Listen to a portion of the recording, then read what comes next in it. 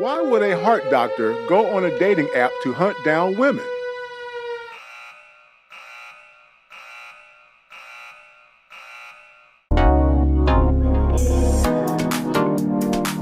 Also breaking this morning, 6 women who say they were drugged by former Denver cardiologist Stephen Matthews are filing a lawsuit against him and also against the dating app where they met him. The women say Hinge and its parent company provided a hunting ground for predators and that the dating website is, quote, defective. And they claim Hinge knew Matthews was a dangerous rapist, but he remained on the site long after the site knew Matthews' history. Most people think dating apps are just social media with swiping. They're not. Dating apps are high-risk digital platforms that move strangers from screen into real-world physical encounters, often within hours. And when safety fails, the consequences are not abstract. They're physical, they're psychological, they're legal. Recent high-profile criminal cases involving dating apps, such as the one I played earlier, didn't merely expose a single bad individual, they exposed a bad system. When a platform repeatedly introduces the same dangerous actor to new people, that's no longer coincidence. That's architecture. And those of us who are technology architects have to change this mindset. Dating apps are often compared to social networks. That comparison is wrong. A dating app accelerates intimacy, encourages off-platform communication, and facilitates in-person meetings between strangers. From a risk standpoint, dating apps look far more like fintech platforms than social media. If a payments app allowed the same fraudster to open new accounts every week, regulators would shut that fraud down. Dating apps often allow the digital equivalent because safety has not been treated as infrastructure. Most platforms are still optimized for swipes, matches, and daily active users, not for harm prevention. And that design mismatch is where the risk begins. Here's the uncomfortable truth. Most dating apps rely on recommendation engines that reward engagement. If a user is attractive, responsive, and generating lots of matches, the algorithm boosts them. But if that same user is also manipulative, coercive, or dangerous, a reactive safety model means the platform itself can amplify risk. The system doesn't just fail to stop harm, it can unknowingly scale it. This is not a moderation problem, it's a control plane problem. A responsible dating platform must be built like a risk-managed system, not a swipe game. That means safety constraints must govern recommendation algorithms. Risk-tiered trust models must scale privileges based on behavior. Behavioral risk scoring must detect patterns before harm occurs. Ban evasion resistance, where bad guys get around bans on their accounts, must prevent serial offenders from returning. Severe incidents must be handled as crises, not support tickets. That's important. None of this is futuristic, by the way. Banking and payments platforms already operate this way. Dating apps simply haven't adopted these standards yet, and I don't understand why. To help you understand the technology lapse of these dating apps, I created a fictitious company called Sentinel Date that is perfect for protecting customers from bad actors. I will compare its design to that of the 2 dating apps that were caught up in this scandal earlier. A best practice dating platform must treat trust and safety as a core product and risk function, not a downstream moderation.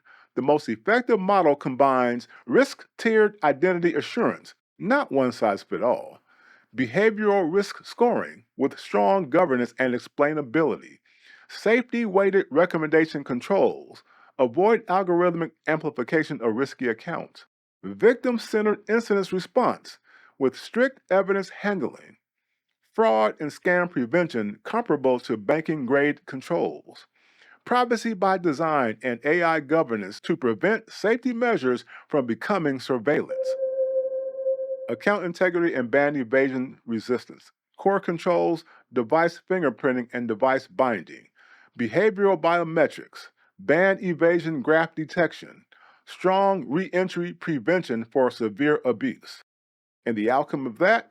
Repeat offenders cannot simply re-register.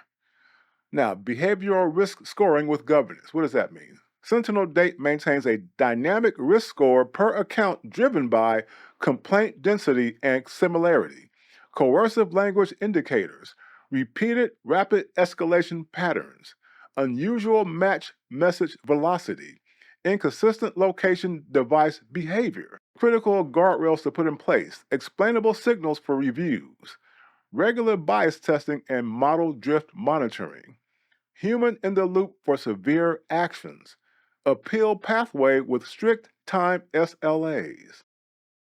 Now, to help companies like Match Group improve their Hinge and Tinder apps, I am using my Digital Transformer Guide value scoring methodology to see how they compare to our perfect fictitious Sentinel Date app. So, this is Sentinel Date versus Tinder and versus Hinge.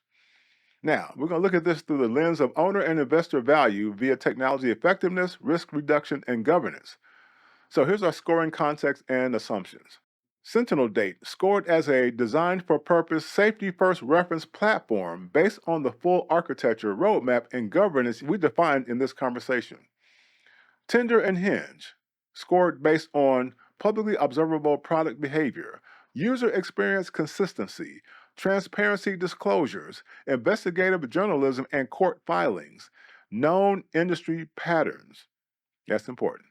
These scores do not assert absence of internal controls. They reflect what can be demonstrated, defended, or inferred externally, which is what regulators, courts, and investors ultimately evaluate. So we have our technology components comparison, where you have platform architecture, trust and safety systems, AI, ML governance, data governance and privacy, identity and access, risk management, product design with safety UX, monetization governance, ops and incident response, regulatory readiness.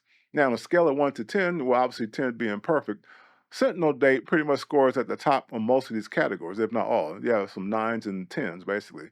But Tinder and Hinge are half of that in most cases, meaning that they are struggling to actually modernize their security and their infrastructure to match today's dating apps needs.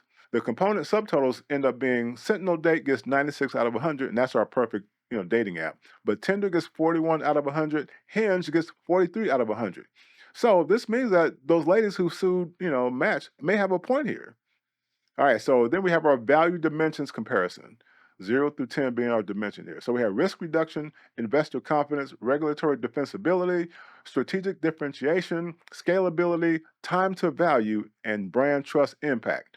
And the descriptions are to the right of this table you see on the screen now. But Sentinel Date, once again, gets mostly 9s and 10s. They got an 8 for time to value.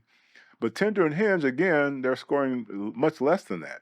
I mean, they did better in scalability with 8s and 8s. Of course, they've been around for a while in time to value. But other than that, they have a lot of room for improvement. So the value dimension subtotals are Sentinel Date 66 out of 70, Tinder 40 out of 70, and Hinge 41 out of 70. That brings us to the final Digital Transformer Guide value score across all of them, across the platform. So Sentinel Date gets 92 over 100. That's what we consider the perfect dating app model that other dating apps should follow. So we get an excellent high owner and investor value. So if an investor wants to take over and buy the app, well, obviously 92 out of 100 is a great value. But however, Hinge and Tinder, according to our methodology, gets 42 out of 100 and 41 out of 100 respectively. So that's weak to moderate. And obviously with the lawsuits, obviously that decreases their value as well.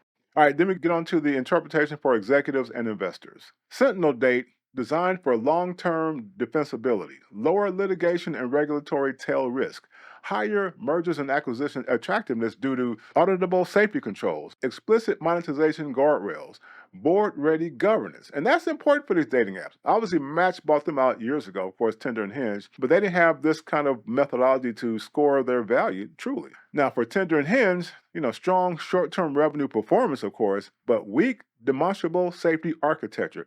Increasing exposure to negligence claims, regulatory mandates, valuation discounts due to risk. In an acquisition scenario, Sentinel Date would likely command a risk-adjusted valuation premium, while Tinder and Hinge would face risk-based value haircuts or reductions unless safety architecture is materially improved. Another important part of improving Tinder and Hinge is to determine what work effort is required for their developers, architects, and other developers to do.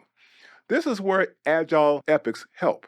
The epic for this use case is pretty big, so I'll just focus on the most important one. So visit our main website for the complete epic, and be sure to follow our site for free, because sometime in 2026, we will charge a subscription for full epics and other technology tools.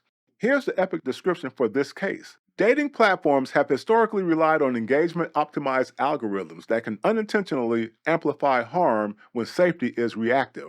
This enabler epic replaces that anti-pattern by introducing a safety-first control plane that explicitly constrains recommendation, messaging, and monetization systems. Safety decisions become authoritative, auditable, and non-overridable by revenue mechanisms, ensuring the platform no longer trades user safety for engagement metrics. As a dating platform organization operating at scale, we must redesign our platform so that safety is embedded as a governing control plane, constraining algorithms, monetization, and engagement flows, rather than treated as reactive moderation. This enabler epic establishes the foundational architecture, governance, and operational capabilities required to prevent repeated exposure to known or suspected dangerous users, detect escalating risk patterns before harm occurs, ensure that engagement and monetization cannot overwrite safety, and provide regulator and board defensible evidence of duty of care. This epic directly increases enterprise value by reducing legal exposure, regulatory risk, and systemic harm and long-term brand erosion. Success metrics: greater than 50% reduction in repeat offender re-exposure. Mean time to containment for severe incidents, lower than hours. Zero instances where monetization overrides safety suppression. Audit-ready safety decision logs available on demand.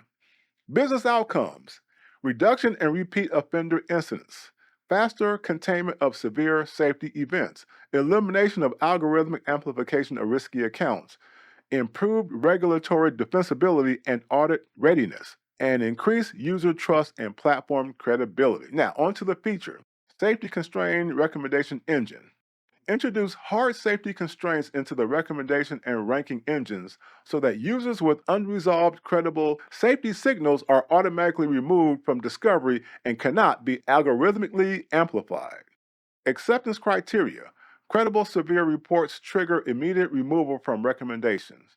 Paid boosts and subscriptions cannot override safety suppression. Safety decisions are logged and auditable. That's important. Now, user story for the primary supervisor kind of person. As a trust and safety operations supervisor, I want high-risk users to be automatically removed from recommendation when credible safety signals appear, so that the platform does not repeatedly expose new users to potential harm while investigations are underway. Acceptance criteria: removal from discovery occurs automatically. Supervisor dashboard shows rationale and evidence. Manual override requires dual approval. The next user story: as a dating app user, I want confidence that the platform will not knowingly recommend dangerous individuals so that I can engage without fear that engagement metrics matter more than my safety. Acceptance criteria: safety posture is visible at a trust indicator level. Reporting outcomes are communicated clearly. Now, the tasks: design and implement the safety authorization layer. Create a service that authorizes or denies recommendation outputs. Integrate with ranking, messaging, and monetization services. Log all allowed denied decisions with policy references. If you remember only one thing from this video, remember this: a platform that accelerates real-world risk must be governed like a risk platform, not a growth funnel.